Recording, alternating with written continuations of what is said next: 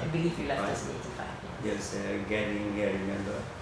So judging from what happened in the gathering, I mean, just as a kind of to answer the earlier question of where we were in terms of the need process in life, how did we fare?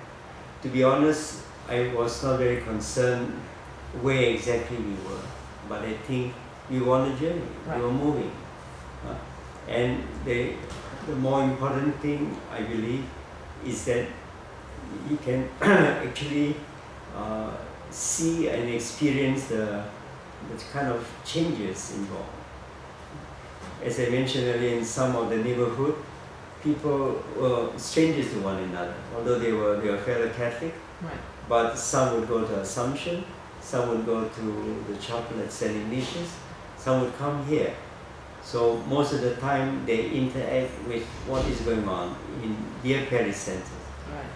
There was no sense of the Catholics in Section 14 all together would grow together as a community.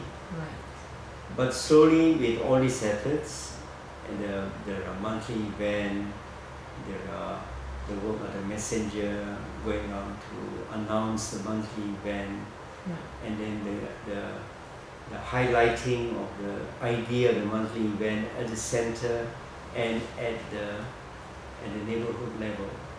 All this slowly, I think, changes the minds and the hearts of the people. So near strangers come to know one another. People who initially had closed the door, I'm talking about the Catholic families, who won't be bothered. And that is one of the other obstacles. The secularistic trends in telling Jaya, or the influences of their life impacted on them, of social life, and the busyness of modern living and all that. Many Catholics would have nothing to do with others. In fact, when the messengers went around, there were stories that there was just the communication through the telecom. They won't even open the door. The dogs would be barking. So all this was happening. Okay? But then when something happened in the family, like a death of a person, then when they see the members of that neighborhood all going there to support them, to pray with them, to help them with their preparation of the dead, to lead in the wake prayers and all that. Then slowly this family, and I'm just picking out examples like that. These families who are if you like, the diehards against the process, will slowly become involved. Now what happens in the neighborhood groupings, we also then have the idea of slowly turning them into like mini parishes.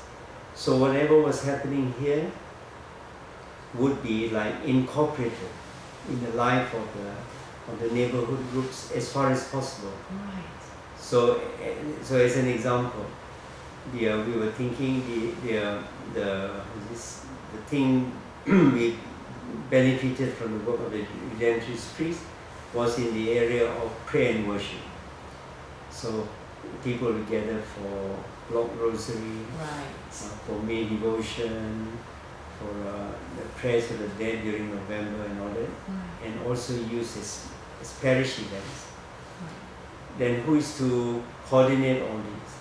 So slowly we then introduced the idea of having every neighborhood having a set of coordinators for prayer, for social ministry, for being in charge of the warden part, or being the ministers for the children in the neighborhood, to look after the elderly, or to bring communion to the sick, and so on.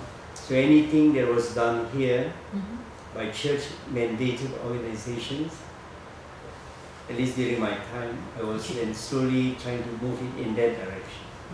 Okay, thank you, Father. That was really, really comprehensive. So just is one concrete example, like the wardens.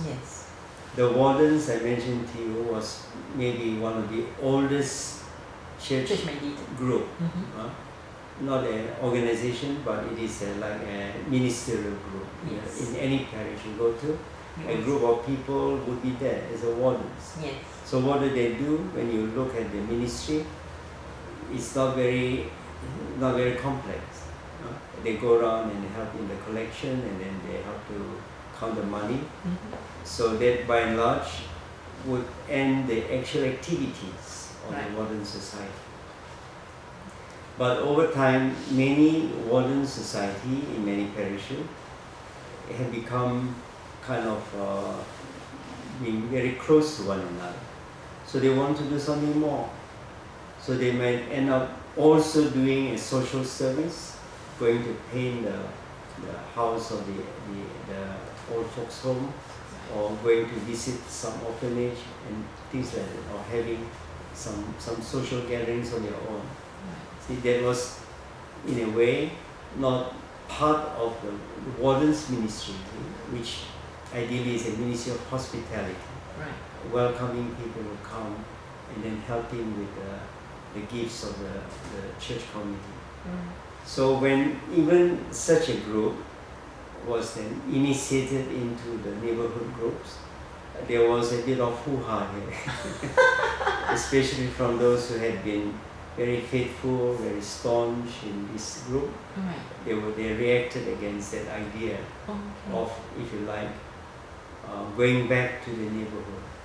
What I was trying to do then was to actually ask each one of them where they come from, to head the wardens group from section 5, section 10, section 17. So that they could become people who actually made others feel welcome as well into the neighborhood. They can kind of pull people together. Can pull other members in the neighborhood to provide this service at the parish center. Why I give this example is that whatever happened here can slowly then be integrated into the new model. Otherwise, we will then end up with two sets of structures, two approaches to parish life and the parish activity, which I believe might be the main obstacle in many parishes still today. Precisely because we do not go far enough, in the sense that you want to introduce it. This is not just to introduce a new group, a new structure. You are changing the whole approach, dynamics, structuring, organizing of the parish. So then in due time, it's like, this is why then in Asia we talk about the new way of being church, of being church. Not just doing something new that the church in Lumko had started and so on. So it is if you like, a totally, it's new wine and old wine skin idea. That's right, I think so. So, but by and large, because this takes a lot of effort, it will cause a lot of heartbreaks and headaches to try to do this. So that's why I picked just out the example of the Warden Society. This is one example. It's a very nice example. I think it reveals very clearly this need for integration. So if we succeed in doing that, and I believe during my time when I led the parish, this was already happening. There was no longer a warden society then in the parish council. They are all working out of the BC kind of the liturgy group, or they call it by whatever name, the coordinator or the wardens group in section 10, in section 17, would be the community to provide this service. If they are not strong enough, so to speak, then they are at least other people that come from the non-territory of the parish on Sunday. Or maybe more than one community would be responsible for that during the weekend, according to the celebrations. Section 10 taking care of the 5:30, section 11 for another Eucharist and so on. So this was the strategy that was being implemented. We succeeded with the warden.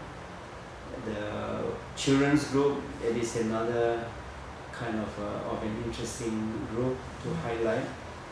Because when I first came in, the children's group was one of the most active, one of the most cohesive, well-integrated group here, led by people like Celine Winson and a team of helpers or collaborators like Cecilia. Then there's Lucy, there is then Susan and so on, and others in it. So they bring the children, about 50 to 60 of them, every weekend.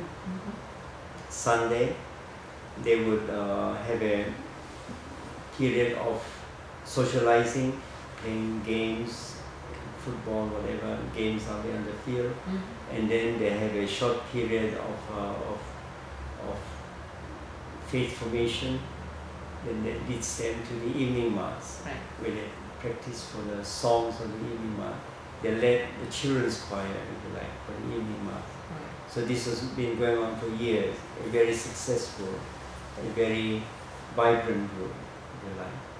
So even with that group, when our data shows there are many, many more children in the parish. In section 10, 11, 12, 17, there were hundreds of them. See, only 50 to 60 come every Sunday. So what do we do?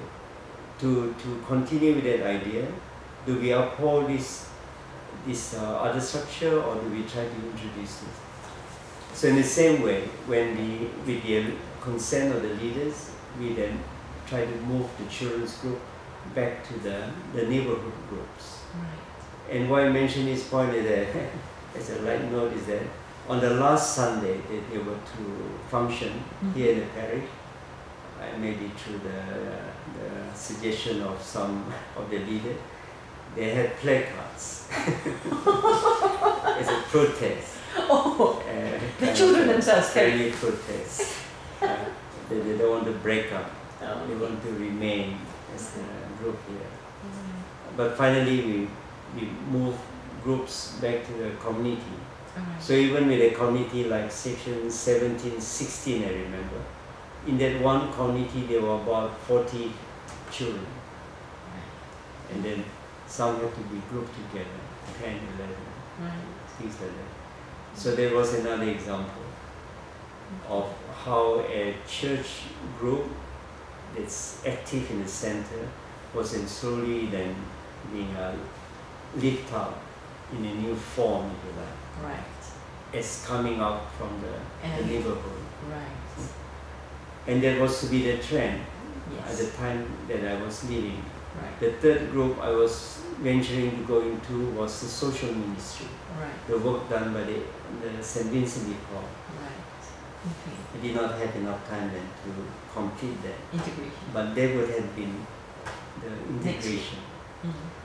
Now, having talked about the integration, I think that itself involves a whole series of hurdles, obstacles, headaches, heartaches. I'm sure. Yes, listening to you, I'm just wondering more heartaches you would have gone through, Not me, but many other people too. But the accusations that would have been thrown at you, Father, you don't understand us, how can you possibly break us up, that kind of idea. It's very human to want to hold together when you've got something good going, to cling on as well. Yeah, I think that's wonderful to tell us, to have shared with us as well, Father. It's a lovely story. So maybe we take a short break now. Okay. Just press this on. Your bed.